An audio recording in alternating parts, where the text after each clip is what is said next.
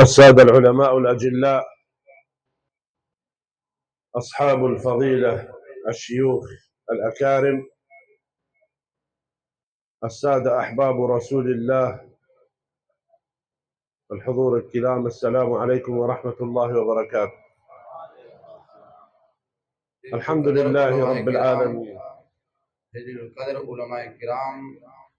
और अवाम अहले सुन्नत, अस्सलामु अलैकुम वरहमतुल्लाहि वबरकातुह। الحمد لله ثم الحمد لله ثم حمدا يليق بذاته وجلاله وجماله وكماله، حمدا لا منتهى له، باقيا بدوام عظمته وذاته العلية. وصلى الله سبحانه وتعالى وسلم وبارك على النبي المبعوث رحمة للعالمين، إمام الهدى والتقى والنقى، سيد العرب والعجم، وعلى آله وصحبه ومن سار على نهجه إلى يوم الدين. يقول رب العزة سبحانه وتعالى تعظيما لشأن نبينا وتعليما لنا وتفهيما: إن الله وملائكته يصلون على النبي يا أيها الذين آمنوا صلوا عليه وسلموا تسليما.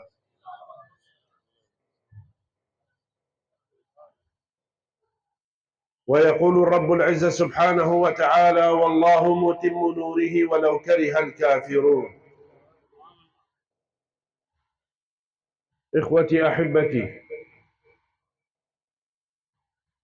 من دواعي سروري وفرحي أن أكون معكم ونحيي قلوبنا بليلة مباركة من ليالي الاحتفال بمولد المصطفى صلى الله عليه وسلم، وأن نتبصر بهذا النور الرباني الذي تجسد في روح سيدنا محمد صلى الله عليه वसल्लम। हम मिलाद शरीफ की बाबरकत प्रोग्राम में हाजिर हैं और नबी पाक सल्लल्लाहु ताला अलैहि वसल्लम के नूर मुबारक से हम मुस्तफीद हो रहे हैं। والحمد لله أنني شاركت في مجلس آخر فيه شعار لبيك، هذا الشعار الذي عرف كل أنحاء الأرض، عرف पाकिस्तान بشعار लब्बैक। हम एक लब्बैक की दूसरी महफिल में शरीक हुए हैं और ये पूरी दुनिया के अंदर इस नारे की एक पहचान है। अल्हम्दुलिल्लाह हम लब्बैक की इस महफिल में दोबारा शरीक हुए हैं। ومن هذا المكان المبارك نسأل الله سبحانه وتعالى أن ينور قبر إمام أهل السنة والدافع عن ختم النبوة فضيلة المرحوم الشيخ العلامة خادم حسين रदवी رحمه الله تعالى। हम इस मुबारक महफिल में दुआ करते हैं अल्लाह तबारक व तआला मुजाहिद अहले सुन्नत अमीरुल मुजाहिदीन खादिम हुसैन रिजवी रहमतुल्लाह ताला अलैह की कब्र को अल्लाह पाक नूर नूर फरमा दे।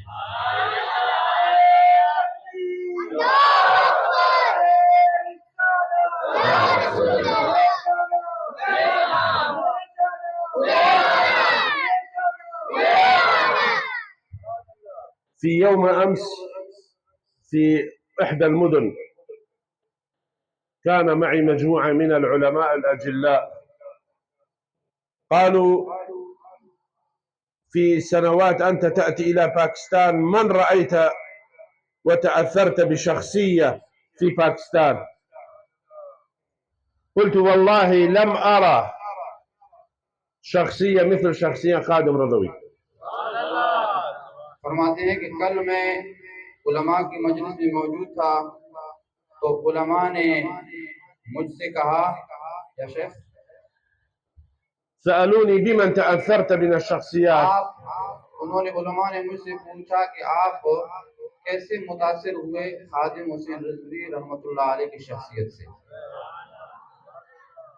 عندما تريد رجل عالم تجده في شخصية خادم رضوي.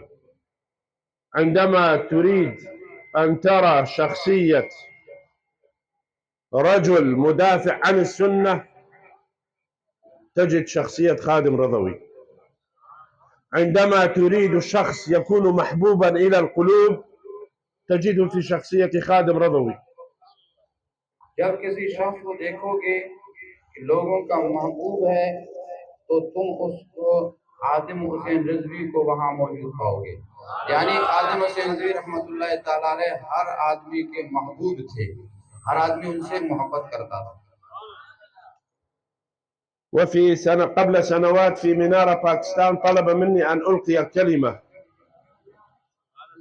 ففي بداية الكلمة قلت الناس يطلقون عليك، والحشد كان كثير، أكثر من 1,000,000 شخص كان جالس.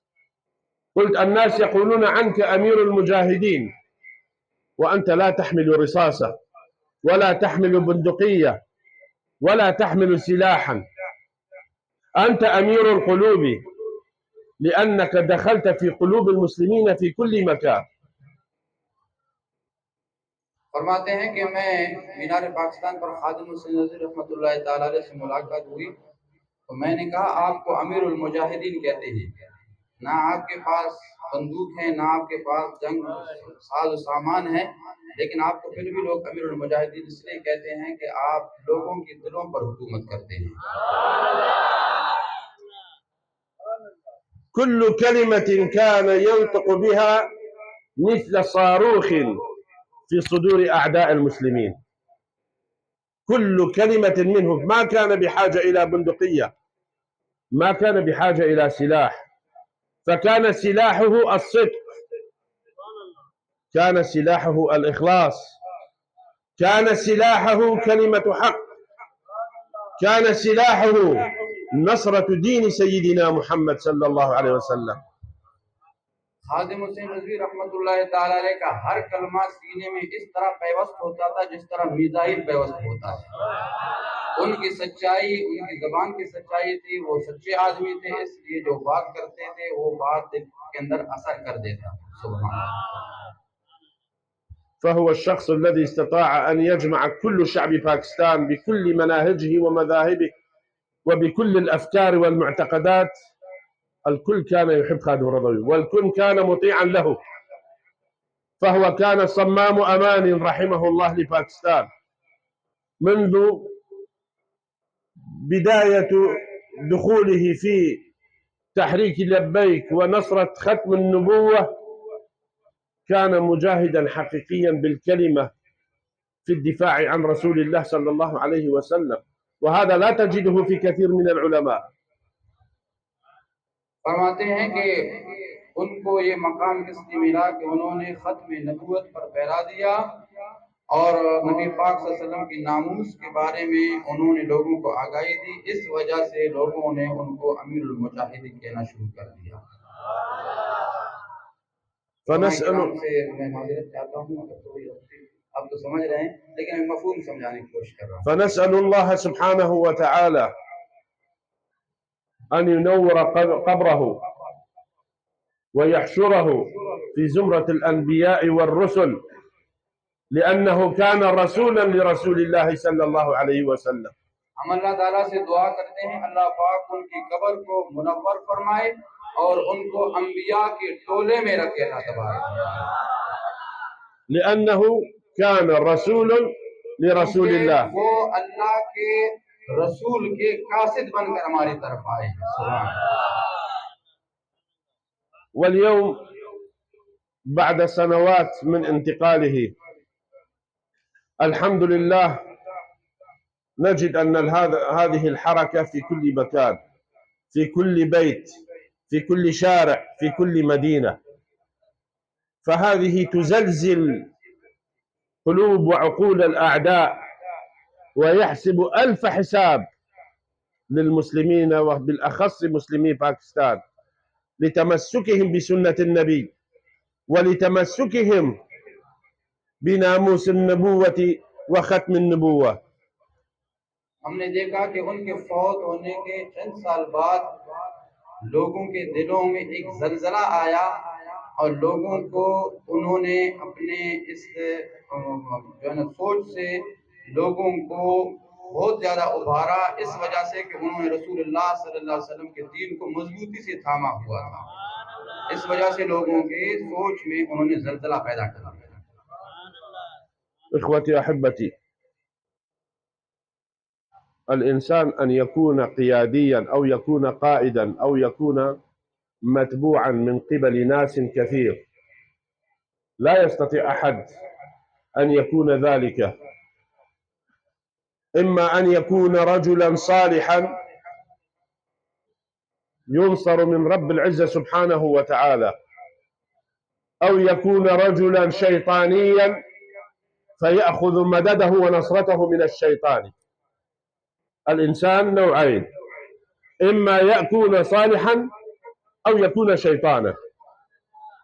इंसान दो किस्मों पर है, या तो इंसान नेक साले होगा या तो वो शैतानी हरकतें उसमें होंगी। अगर वो नेक साले है तो अल्लाह ताला की मदद उसके शामिल हाल होती है। لذلك تجد أن أمثال خادم رضوي الله سبحانه وتعالى كان يمنحهم ويرزقهم النصرة والمدد والقوة، لكن الآن خادم رضوي في دار الحق مع الأنبياء والرسل مع الأولياء والصلحاء.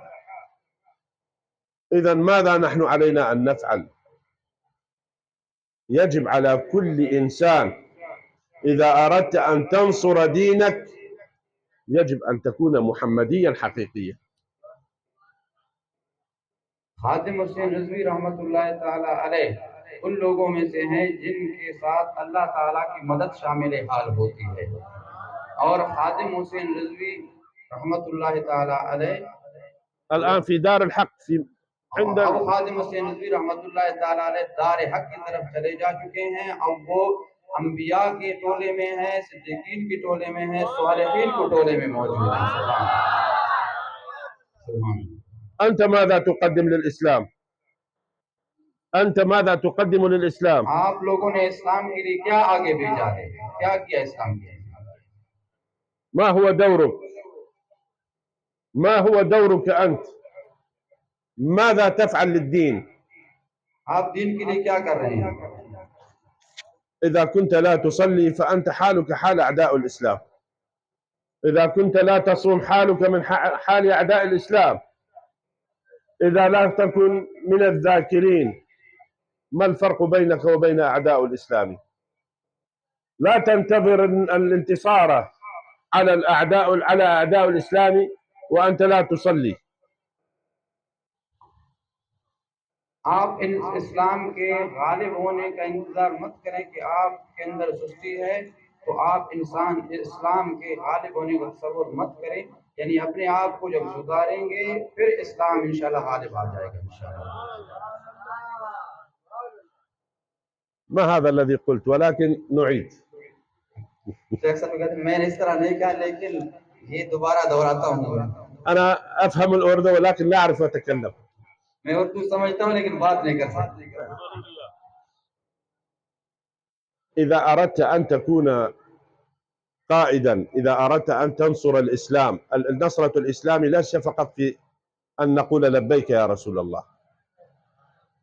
نصرة الإسلام أن تكون مصليا 5 أوقات في اليوم. نصرة الإسلام أن تكون صائما قائما. نصرة الإسلام أن تلتزم بالقرآن، أن تلتزم بالأذكار، أن تبحث عن رزق الحلال، أن يكون تعاملك تعامل نبيل أخلاق محمد حقيقي. आप सिर्फ लब्बैक का नारा लगाने से इस्लाम को गालिब नहीं कर सकते, बल्कि इस्लाम गालिब उस वक्त होगा कि आप 5 वक्त की नमाज पढ़ें, रोजा रखें, रात को क़याम करें।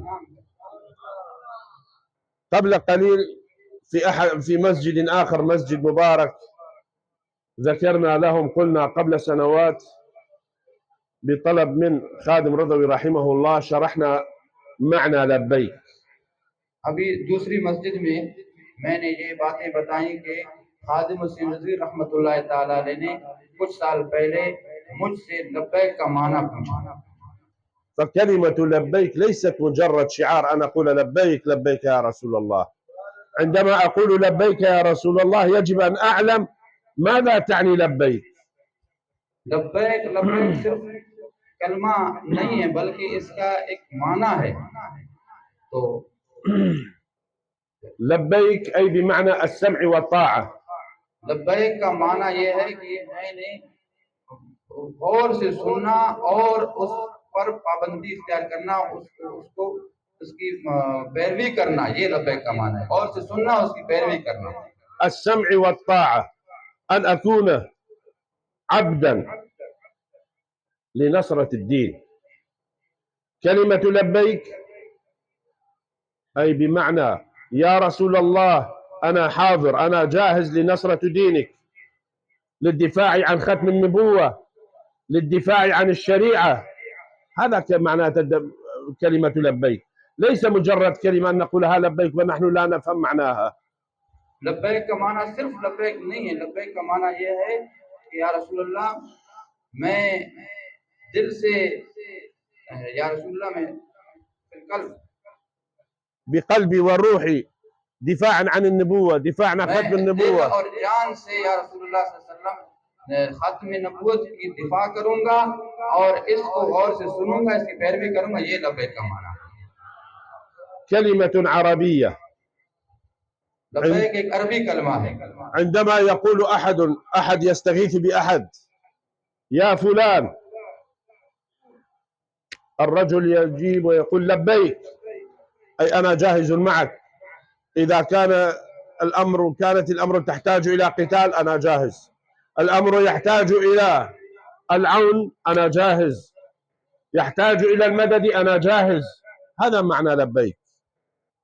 लब्बैक का माना यह है कि कोई किसी को पुकारे और वो कहे कि जब मुश्किल वक्त के वक्त कोई किसी को पुकारे तो वो कहे कि मैं हाजिर हूँ, मैं आऊंगा तेरी मदद को, मैं आऊंगा तेरी मदद को। ये लब्बैक का माना है।